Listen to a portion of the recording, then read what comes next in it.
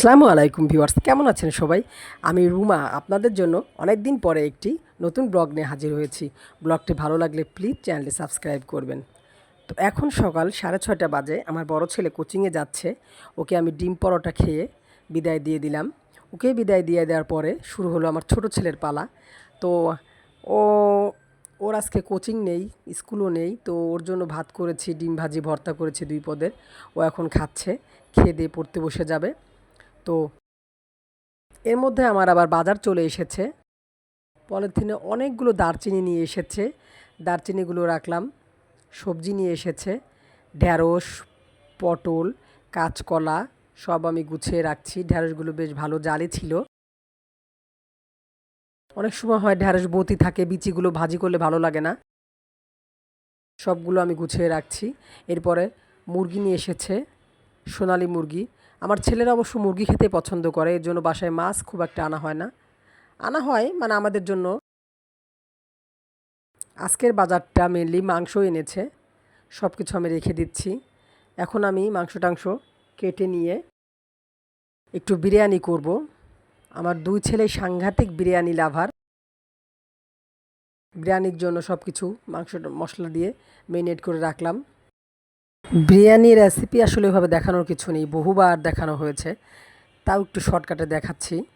পানি বলক আসার পরে স্টার অ্যানিস সব ধরনের মশলা যা যা দিতে হয় দিয়ে দিলাম, একটু লেবু দিয়ে দিলাম, সয়াবিন তেল দিয়ে দিব, লবণ দিয়ে দিব।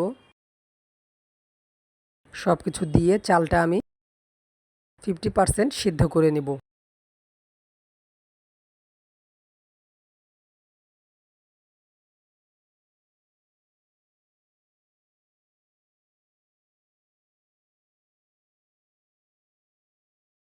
আমি 2 কেজির একটি মুরগি নিয়েছি, চাল দিয়ে দিলাম 1 কেজি, 1 কেজির একটু কম। পেঁয়াজ ভেজে নিচ্ছি। পেঁয়াজটা আমি সসপ্যানটা যেহেতু বড়, পেঁয়াজটা আমি একই সসপ্যানে ভেজে সাইড থেকে বেরেস্তা করে উঠিয়ে রেখেছি। সব ধরনের মশলা, রাঁধুনি বিরিয়ানি মশলা, টক দই সব কিছু দিয়ে, গাজর দিলাম, টমেটো দিলাম,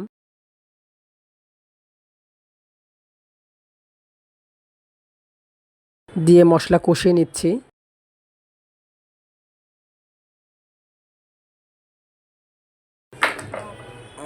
রাঁধুনি মশ রাঁধুনি মশলা দিয়ে দিলাম। মাংসটা যেহেতু 1-1.5 ঘন্টা মেরিনেট করা ছিল, খুব সহজ রেসিপি বিরিয়ানির আসলে এটা।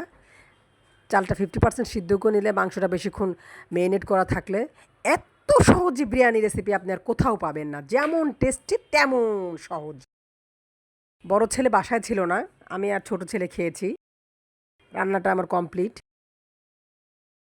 এত ইজি পদ্ধতি, আপনারা বাড়িতে ট্রাই না করলে ভাবতেই পারবেন না।